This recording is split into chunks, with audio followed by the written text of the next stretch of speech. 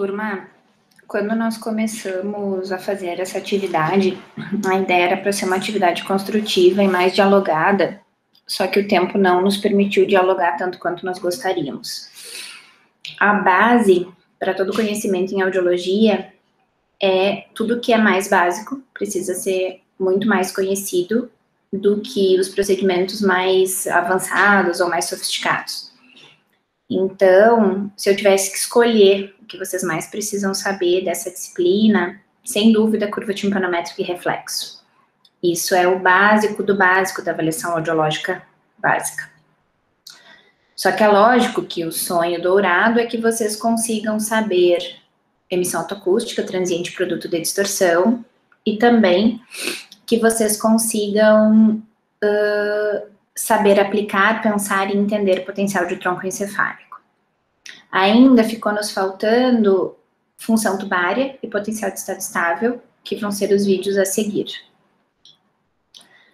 Aqui nesse vídeo, o objetivo é conversar sobre esses casos e falar sobre todos os procedimentos, todos os exames que nós aprendemos nessa disciplina, com foco no paciente, com foco no raciocínio clínico, com foco em melhor diagnosticar para poder reabilitar.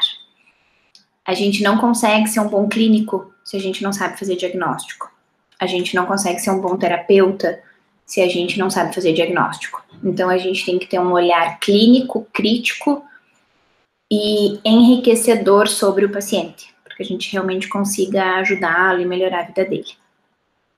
Então, o final dessa atividade, o desfecho dessa atividade, são todos os procedimentos audiológicos que nós aprendemos nessa disciplina.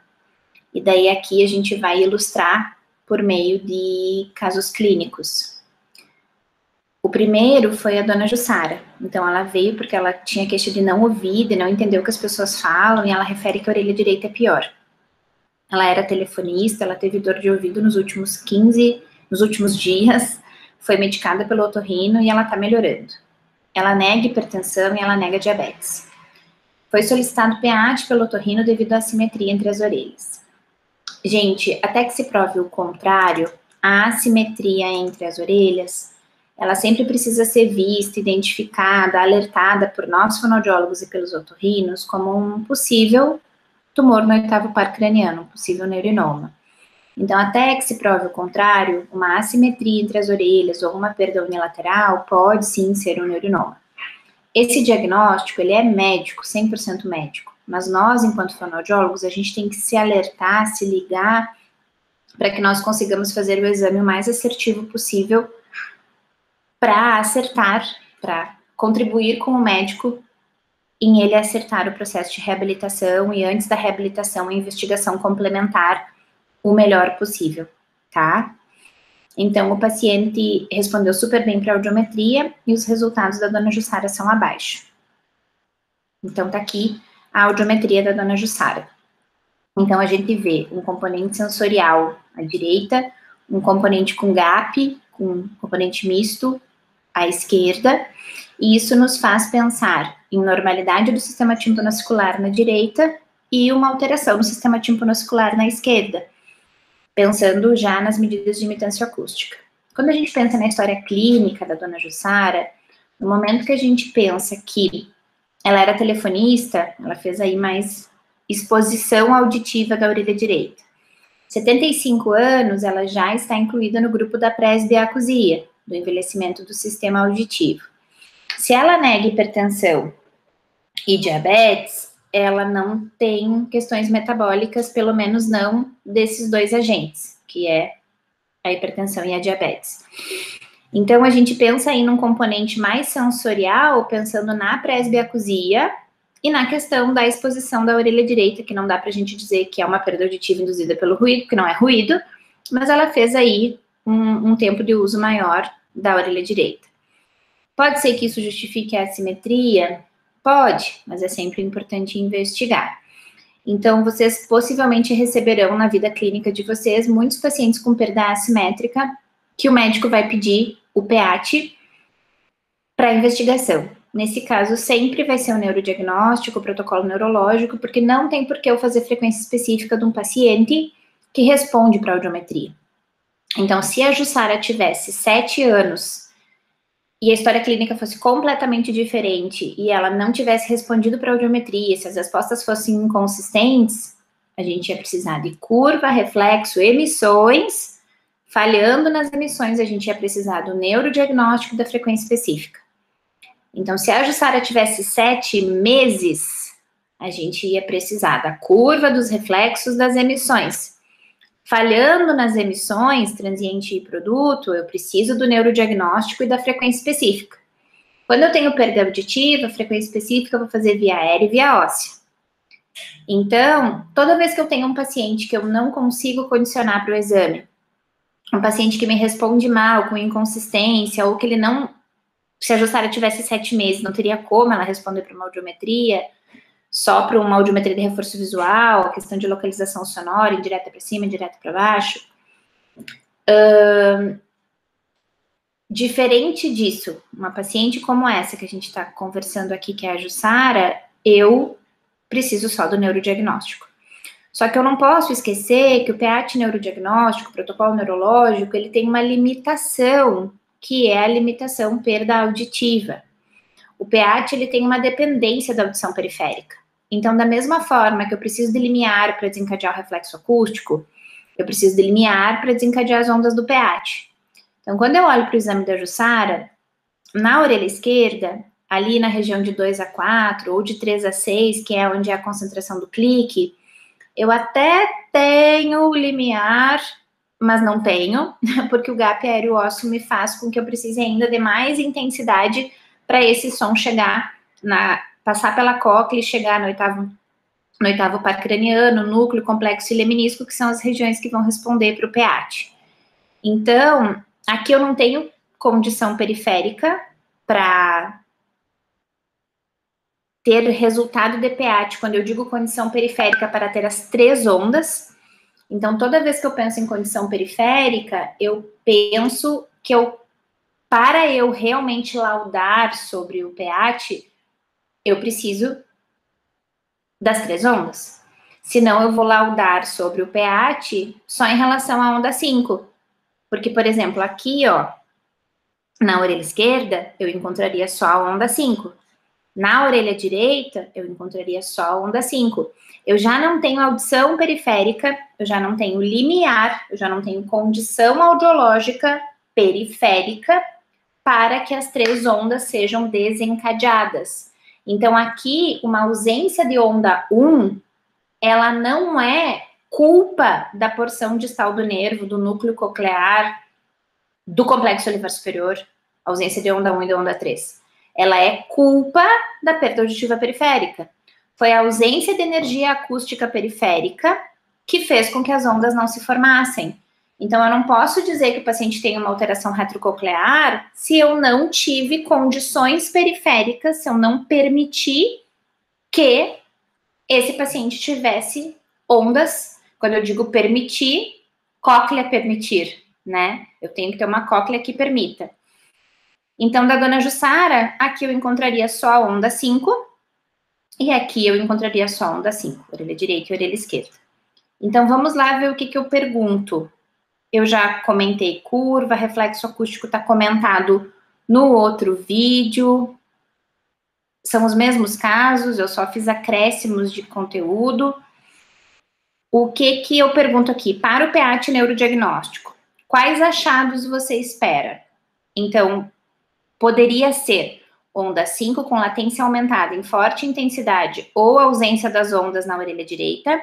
A ausência da onda, se eu quisesse configurar uma alteração retrococlear pela ausência da onda 5, porque ela precisa existir. Se ela não existir, é porque está alterado o retrococlear naquela região de leminisco. E na orelha esquerda, a latência aumentada para a onda 5, quando a gente fala latência aumentada, é já com a correção da perda auditiva, né? Então, a gente sabe que a perda de audição já aumenta a latência, é 0,1 milissegundos a cada 10 dB de perda. Então, a latência já estaria aumentada pela perda auditiva e eu não vou ter onda 1 e onda 3. Tá? Então, como que eu vou laudar isso? Eu vou laudar como presença da onda 5 nas 2 orelhas, com ausência das ondas 1 e 3. a ausência das ondas 1 e 3, né? Justificada pela perda auditiva periférica. Daí a gente só vai precisar usar aquela tabelinha que a gente vai lá e cola se essa latência absoluta aumentada, ela está dentro ou não do que está previsto para ela. A onda 5, ela está prevista numa latência de 5 milissegundos, 5 alguma coisa milissegundos. Daí a gente tem que considerar o desvio padrão, que eu considero 2 desvios em relação à média apresentada como normal, e ainda eu tenho que somar, acrescer a essa latência absoluta os milissegundos pela perda auditiva.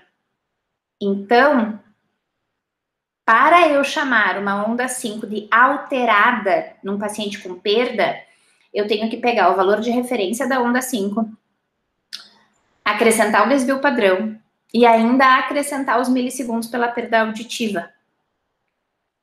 Se tudo isso estiver dentro do que está previsto para o valor de onda 5, tá tudo bem.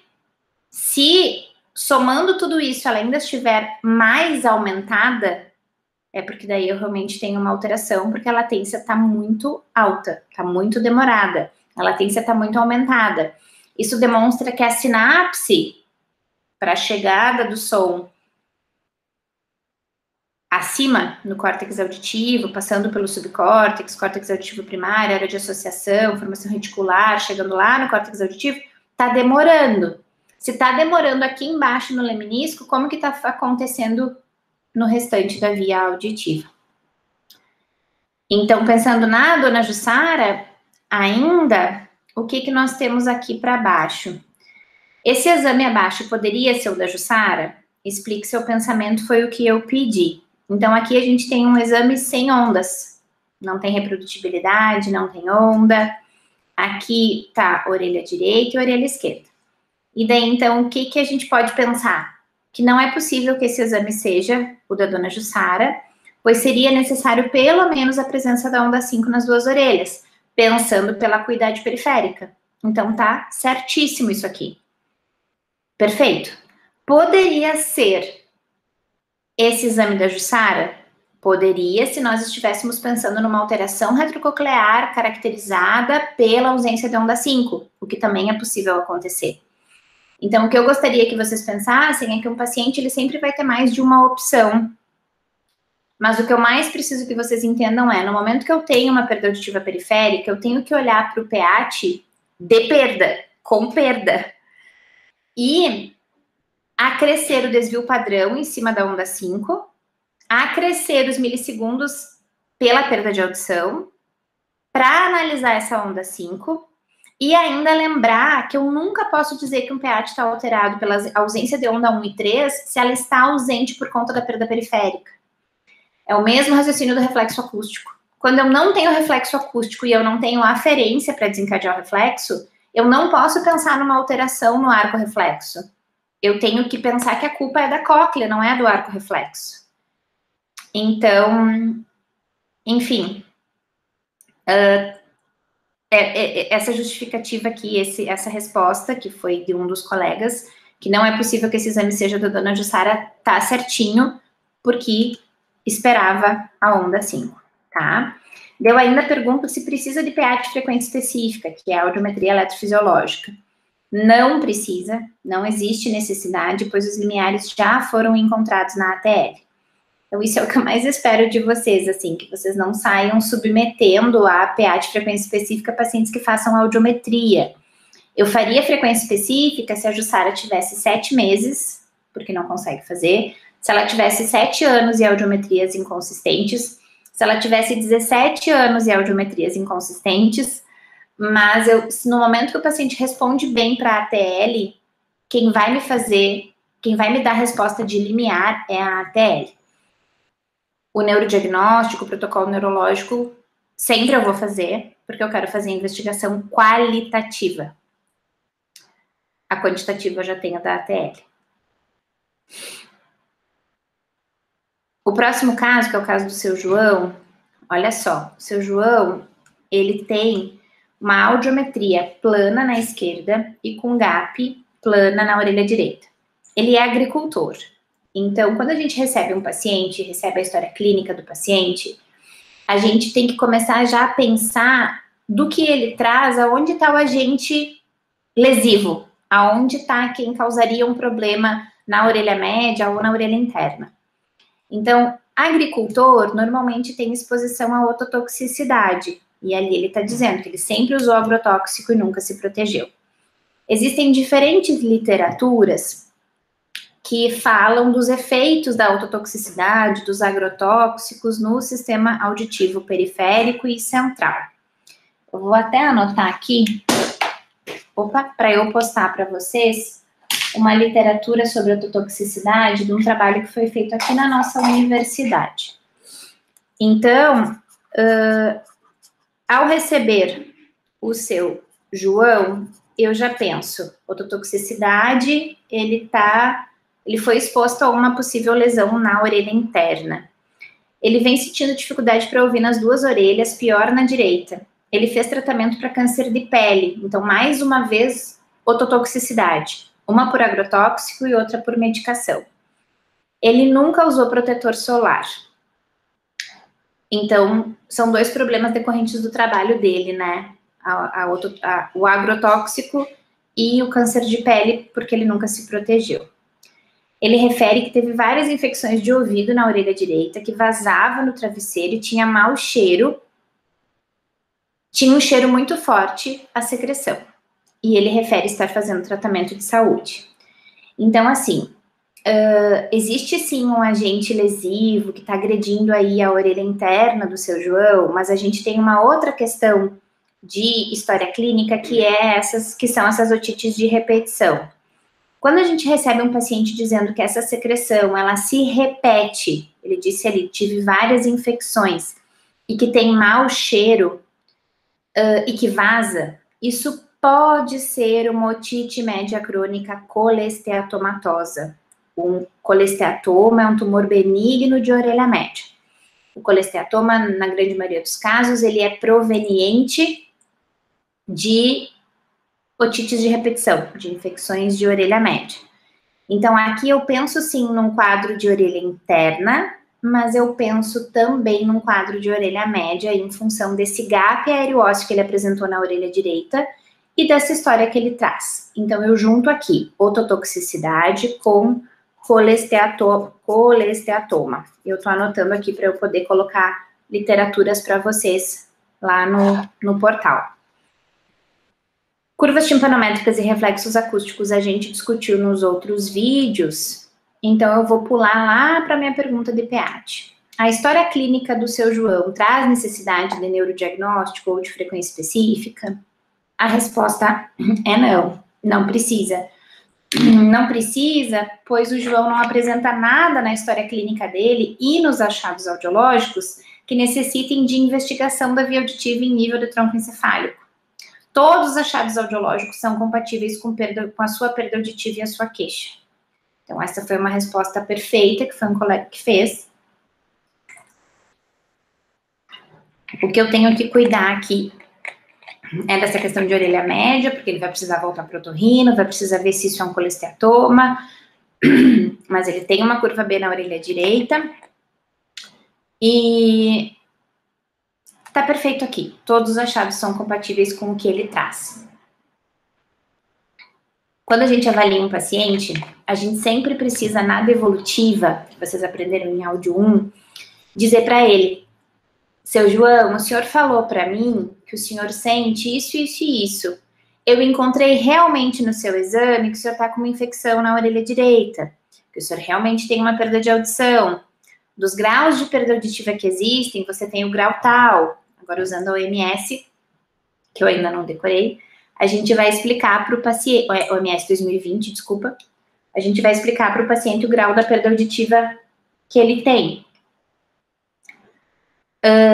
Enfim, caso do seu João, eu não preciso de PEAT.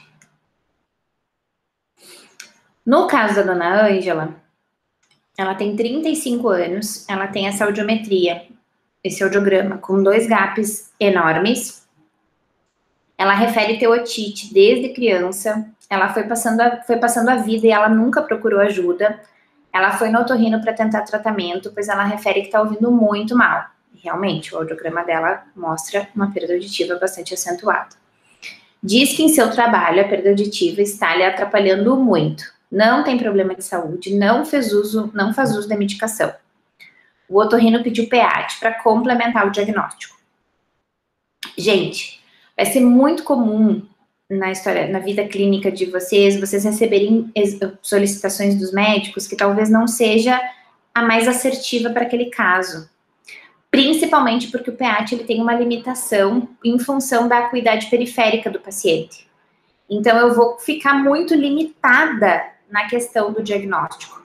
Porque para eu laudar sobre PEAT, para eu laudar onda 1, onda 3 e onda 5, as 3 ondas, eu preciso de limiares até 55 dB nas frequências de 2 a 4, que é onde eu estimulo, 2 a 4 ou 3 a 6, que é onde eu estimulo pelo clique. Então, em audiogramas assim, o PEAT ele fica extremamente limitado a dizer alguma coisa sobre o paciente e a falar alguma coisa sobre o complemento do diagnóstico. Então, aqui a gente tem um caso puramente de orelha média. Ela está falando que ela teve otite desde criança. Então, não tem nada de investigação do sistema nervoso auditivo central. O raciocínio é muito parecido com o raciocínio que a gente fez em relação ao seu João. Então, por que isso acontece? Porque os médicos otorrinos, eles aprendem inúmeras coisas. E eles se debruçam muito mais na questão medicamentosa, cirúrgica. O PEAT é uma passada na vida da formação deles. Então, quem tem que dominar PEAT, saber fazer e interpretar, somos nós, fonoaudiólogas. Então, tem muitos otorrinos que têm muita expertise em eletrofisiologia da audição, mas não é a maioria, é a grande minoria. E isso é muito comum. E, assim, além da questão do médico otorrino, não basta ser otorrino, porque tem o naso, o otologista, então tem o otologista, falei naso, o rino, tem o rinologista e o otologista. Então, não basta ser otorrino. Debruça-se mais sobre o PEAT, o otorrino, o otologista. Então, vai acontecer isso. Então, eu coloquei aqui porque ainda chegam pedidos de exames que não vão contribuir na vida clínica do paciente, tá? Então, aqui foi comentado já no outro vídeo, daí eu pergunto se a indicação está correta, e eu já falei que não está 100% assertiva, porque não vai contribuir muito na vida do paciente e na conduta clínica do médico em relação à reabilitação e ao fechamento do diagnóstico, porque é um quadro de otite, é uma sequela de otite. E daí, o que o colega respondeu aqui, ó? Acredito que o otorrino está pedindo somente PEAT de neurodiagnóstico. Sem dúvida, seria só neurodiagnóstico. Perfeito. Penso que a indicação não está correta, pois com perdas auditivas maiores que 55 dB, o exame apresentará ondas ausentes ou aumento da latência absoluta em fortes intensidades na onda 5, o que não acrescentaria em nada aos dados audiológicos da Ângela. Perfeito. Exatamente isso. Perfeito, perfeito. Em relação ao seu Júlio tem 65 anos. Ele vem com queixa auditiva maior à esquerda. Ele trabalhou de assistente de manutenção durante 20 anos. Então, aqui a gente tem uma história de ruído. Ruído, cóclea. Cóclea, componente sensorial. Então, eu vou captando a anamnese e vou pensando o que eu vou encontrar. Então, ruído, lesão coclear, sensório neural, a minha orelha média vai estar boa, a não ser que ele traga alguma questão de orelha média depois. Refere muito zumbido. Zumbido é um universo, né, de informações, a gente não tem uma disciplina de zumbido na graduação, mas se a pandemia trouxe alguma coisa boa, tem vários vídeos no YouTube, no canal do GEAC, que é o grupo de pesquisa que eu coordeno, falando sobre zumbido. Então, quando eu digo, né, se trouxe alguma coisa boa, é nesse sentido, é a possibilidade de gravar as aulas e ter as aulas gravadas pelo Meet e a possibilidade de postar no YouTube para tornar o conhecimento público. Eu acho que o conhecimento, ele não é para mim, não é para mim, para o fulano, para o ciclano, para o beltrano, o conhecimento, ele é para ser compartilhado. Quanto mais eu ensino, mais eu aprendo, e eu aprendi em algum momento que quanto mais o fato de ensinar não me tira conhecimento, né? Bem pelo contrário. Enfim, tá lá no canal do YouTube do GEAC várias aulas de zumbido para quem tiver vontade de assistir e aprender um pouco mais sobre esse sintoma. O zumbido é um sintoma, ele não é uma doença. Então, quando o seu Júlio ele é questionado quanto ao incômodo do zumbido, ele diz que incomoda nota 10. Então, assim, incomoda muito. Ele refere que ele tem hipertensão e diabetes, que ele faz uso de insulina. Opa, hipertensão, diabetes e insulina, problemas metabólicos, eu vou ter possibilidade de lesão de orelha interna.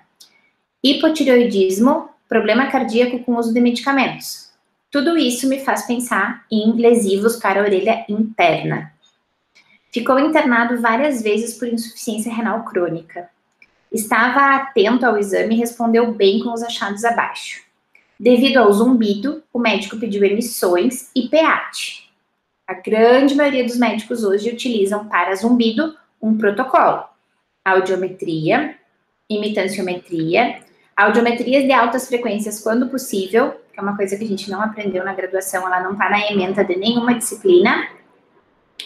Audiometria de altas frequências, emissões e PEAT neurodiagnóstico. Então, isso normalmente é o que vem dos otorrinos quando a gente tem paciente com zumbido crônico, pensando na avaliação audiológica. 90% dos pacientes com zumbido, eles têm a perda auditiva como causa. Então, a literatura nos mostra que a causa principal do zumbido é a perda de audição. Seja ela numa frequência específica, seja ela na média das 4 frequências. Existiu uma perda, seja exclusiva, seja de média, é o causador do zumbido. O porquê que o zumbido incomoda tanto, o que ele faz no sistema nervoso auditivo central do paciente, são longas histórias. Mas para que nós consigamos diagnosticar e reabilitar da melhor forma possível, porque a gente faz um super diagnóstico para fazer uma top reabilitação, o que vem do otorrino pra gente é isso. Áudio, imitância, emissões, áudio, imitância, altas frequências em alguns casos, emissões e PET, neurodiagnóstico, tá? Então, tá aqui a audiometria do seu Júlio, ele tem uma curva em U invertido na orelha direita, que é bastante característica das questões metabólicas, e uma curva plana na orelha esquerda, e a gente tá aqui de frente a uma assimetria mais uma vez. Até que se prove o contrário, uma assimetria, ela pode ser um tumor no oitavo par craniano. Ela pode, não significa que ela vai ser. Essa investigação, ela é médica, e o PEAT pode ajudar nessa investigação.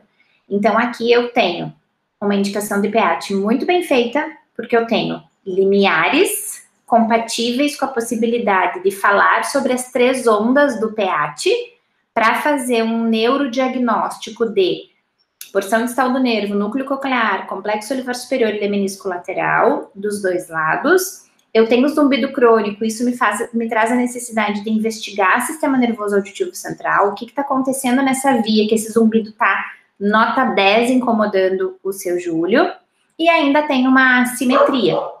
Então, o caso do seu Júlio é um caso que o PEAT vai ajudar e vai fazer diferença na vida dele, tá?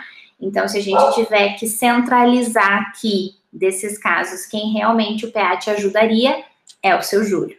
Quais são os pacientes que mais chegam pra gente? São tipo o seu Júlio. O seu Júlio tem tudo junto aqui. Ele tem a questão do zumbido, da perda assimétrica,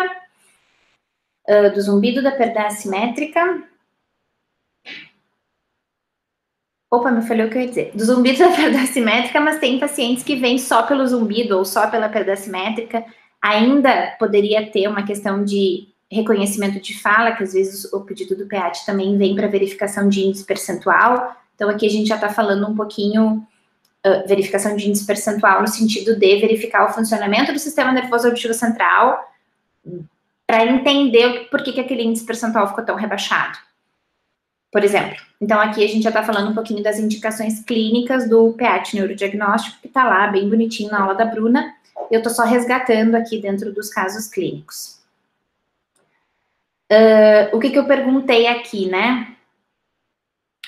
Eu perguntei quais os possíveis achados da orelha direita. Então, eu poderia ter latência das ondas 1, 3 e 5 em interpicos normais, Quando a gente fala em forte intensidade, é porque o pH começa em 80, pode subir a 90. E na orelha esquerda, ausência da onda 1 e aumento das latências das ondas 3 e 5, ou ausência de ondas. Por quê? Na orelha esquerda eu tenho um limiar um pouquinho mais elevado, mas se eu olhar aqui, ó, de 2 a 4, se eu pegar a concentração de energia desse limiar aqui, ó, que está em 45, talvez ele me ajude a ter as 3 ondas. Talvez não, talvez eu tenha ausência de onda 1, talvez eu tenha ausência de onda 1 e presença das ondas 3 e 5 com aumento de latência. Se eu quiser que o exame esteja muito alterado, eu posso sim ter a ausência de todas as ondas. Daí vai partir das inferências clínicas que eu quero fazer sobre aquele traçado. Tá? Então, você acha que esse exame abaixo pode ser do Júlio? Explique seu pensamento. Isso foi o que eu perguntei. Eu coloco aqui para vocês 2 exames, orelha direita e orelha esquerda, com uma onda 1 aqui muito esquisita. Uma morfologia, uma reprodutibilidade não boa. Então, o que o colega respondeu? Que sim, que a ausência da onda 1 é compatível com a presença de zumbido. E essa informação aqui foi uma informação que a Bruna colocou na aula dela, e eu também fiz um comentário nesse momento na aula, porque a onda 1 é a região que menos neurônios tem para responder para o estímulo sonoro no PAT, e ela é menos mielinizada, então ela fica, digamos, mais frágil a deixar de existir quando eu tenho algo que desorganize a via auditiva. Então, a literatura mostra pra gente, eu vou colocar um artigo disso também, a literatura mostra que é possível sim a gente não ter a onda 1, esse artigo está em inglês, então para quem fica bem no inglês vai ser mais fácil, que é possível sim a gente ter a ausência de onda 1 em paciente com zumbido crônico. Poderia estar normal? Poderia, mas também poderia estar assim. Eu não preciso de frequência específica, então eu fiquei marcando isso para vocês não se confundirem, porque essa era uma dúvida bem frequente em outras turmas, que os limiares auditivos já foram encontrados, então eu não preciso de frequência específica. Acho que do seu Júlio era isso que eu queria conversar. Aqui, quando a gente fala da ausência de todas as ondas, também é a possibilidade de, se a gente pensar num neurinoma, né, pode ser sim que nós tenhamos ausência de... Opa, peraí que eu já passei demais. Pode ser sim que nós tenhamos ausência de todas as ondas, se nós pensarmos que realmente é um neurinoma. Aqui. Acho que é isso. Acho que eu não esqueci de comentar nada do seu Júlio. Da Dona Maria, o que nós temos aqui? A Dona Maria, ela tem 80 anos. Ela refere que ela tem perda de audição há anos e que ela nunca procurou auxílio médico. Agora, ela não está conseguindo mais acompanhar a missa e nem conversar com os familiares. Então, assim, quando um paciente fala que não ouve a missa e não conversa bem com os familiares, eu tenho que pensar numa acuidade periférica, sim. Eu tenho que pensar numa possibilidade de perda auditiva e pensar numa questão de como que está funcionando o sistema nervoso auditivo central. Mas a primeira coisa que eu tenho que pensar, que justifica essa queixa, é uma perda periférica, tá?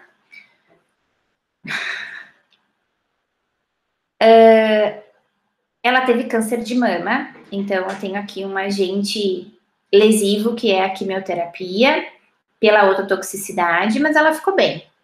Hoje ela faz tratamento com medicamento para diabetes, hipertensão e hipotireoidismo. Então, até aqui, a gente tem 3 possíveis indicadores para a perda auditiva da Dona Maria. A presbiacusia, que é o envelhecimento do sistema auditivo, porque ela já tem 80 anos. A ototoxicidade pela quimioterapia, pelo câncer de mama. E os problemas metabólicos em relação a diabetes, hipertensão e hipotireoidismo. Tem alguns estudos que falam sobre o diabetes, eu vou anotar aqui também esse do diabetes, que esse é muito legal. Tem alguns estudos que falam sobre o diabetes e o quanto ele judia, não é essa a melhor palavra, mas o quanto ele é agressivo ao sistema auditivo. Então, quando a gente atende um paciente com diabetes, o que infelizmente é muito comum, a gente tem que ter um olhar bem amplo para o sistema auditivo periférico e central, porque o diabetes realmente ele pode, não significa que todos os pacientes terão, mas ele pode sim ser bem agressor ao sistema auditivo. Ela trabalhava na agricultura, usava agrotóxico e nunca se protegeu. Quarto fator, presbiacusia, ototoxicidade pela quimioterapia, problemas, questões metabólicas ali, com destaque para o diabetes. Agora, o quarto agente é a ototoxicidade pelos agrotóxicos. Então, aqui a gente tem 4 indicadores que nos fazem pensar numa alteração de orelha interna, que está fazendo lesão de células ciliadas. Quando eu tenho perda auditiva até 60 dB, eu fiz lesão só de CCE. A partir de 60 dB, eu já comecei lesão de CCI. Então, CCE é o amplificador coclear, CCI é quem faz a transmissão para o nervo auditivo. 95% da comunicação com o nervo auditivo se dá por CCI. Então, no momento que eu comecei a perder CCI, ou seja, limiares auditivos piores do que 60 dB, eu já tenho muito mais chance do paciente ter dificuldade de percepção de fala. Tá? E a gente vai enxergar isso no IPRF, o índice percentual do paciente vai cair, tá? Refere desconforto aos sons, mesmo com poucos acréscimos de intensidade. E eu usei o caso da Dona Maria nas aulas de reflexo para falar sobre recrutamento. Barulhos de batida geralmente incomodam muito. E ela teve solicitação de PEAT pelo médico. Então, quando a gente pensa num paciente como a Dona Maria, quando a gente recebe um paciente como a Dona Maria, a gente já espera com essa história clínica um perdão, né? Porque ela tem muita gente aí agredindo o sistema auditivo dela. O que nós encontramos? Nós encontramos limiares próximos a 50, 60 na orelha direita, 60, 70, 80 na orelha esquerda. Então, o laudo, né, ficou uma perda assimétrica, sensório-neural, moderadamente severo bilateralmente, com configuração em entalhe. Esse laudo é pelo OMS 2020. Eu não comentei todos os laudos, mas tem nos vídeos anteriores. A gente faz o laudo pelo OMS 2020, que é a última recomendação que veio da Organização Mundial da Saúde. E eu acho que se as atualizações existem é para nós seguirmos elas. Então, seguimos aqui o OMS 2020. O que eu pergunto aqui? Aqui eu falei sobre o recrutamento, né? Então, pequenos acréscimos de intensidade geram reflexo acústico. E eu perguntei, por que você acha que o médico pediu PEAT? E daí aqui a resposta é devido à assimetria entre as orelhas. Sim, é devido à assimetria. Muitos pedidos vêm pela presença de assimetria. E se esse médico também se deu conta da questão do diabetes, quando o paciente tem diabetes, a gente tem sim uma indicação de avaliação mais detalhada do sistema nervoso auditivo central. Nessa disciplina a gente falou em PEAT, mas existem outros potenciais evocados que avaliam porções mais altas da via auditiva. Tem o FFR, que é o Frequency Following Response, que avalia toda a via, mas passa pelo... me deu um branco. Passa pelo subcórtex, chegando no córtex auditivo primário, com participação ali das áreas mais altas do córtex auditivo. Tem o potencial de média latência, tem o potencial de longa latência, que vê lá córtex auditivo primário, área de associação, o média latência pega influência de formação reticular. Então, nessa disciplina a gente está falando sobre PEAT, mas nós temos outros potenciais que investigam porções mais altas da via auditiva. Quando eu pergunto se esses achados podem ser da Dona Maria, esses são os achados que eu coloco a orelha esquerda sem nenhuma onda, e a orelha direita só com a onda 5, vou voltar lá. Orelha direita só com a onda 5. Sim. Poderia ter uma chance de ter onda 3, porque tem um 45 aqui, mas a maior chance de ter só onda 5. E a orelha esquerda poderia também ter onda 5, né? Pelo limiar ela poderia. A não ser que a gente queira pensar que o paciente realmente tem uma alteração retrococlear, e daí sim, mesmo tendo limiar, eu não tenho a onda 5. Então, aqui, o que foi respondido? Em partes. Na orelha direita é possível que esse achado possa ser da Dona Maria, pois é possível perceber a presença da onda 5. Já a orelha esquerda era esperado a onda 5, né, que ela estivesse presente, pelo menos. Então, tá perfeita essa resposta da colega. Então, tem mais aqui, ó. E esse, o que dizer, né, desse exame e justifique. Não é possível que esses achados sejam da Dona Maria, pois com os limiares auditivos que a paciente apresenta acima de 50, o PEAT registraria no máximo a presença da onda 5. É isso mesmo. É muito difícil um exame assim, com a presença de 3 ondas, com reprodutibilidade, com latências normais, serem de um paciente que apresenta um audiograma com limiares tão elevados, olhando para o agudo, né, que é para onde a gente tem que olhar quando a gente faz PEAT, 2A4 ou 3A6, não tem como um audiograma assim ter um PEAT assim. É um PEAT muito bom para uma via periférica com tanta perda.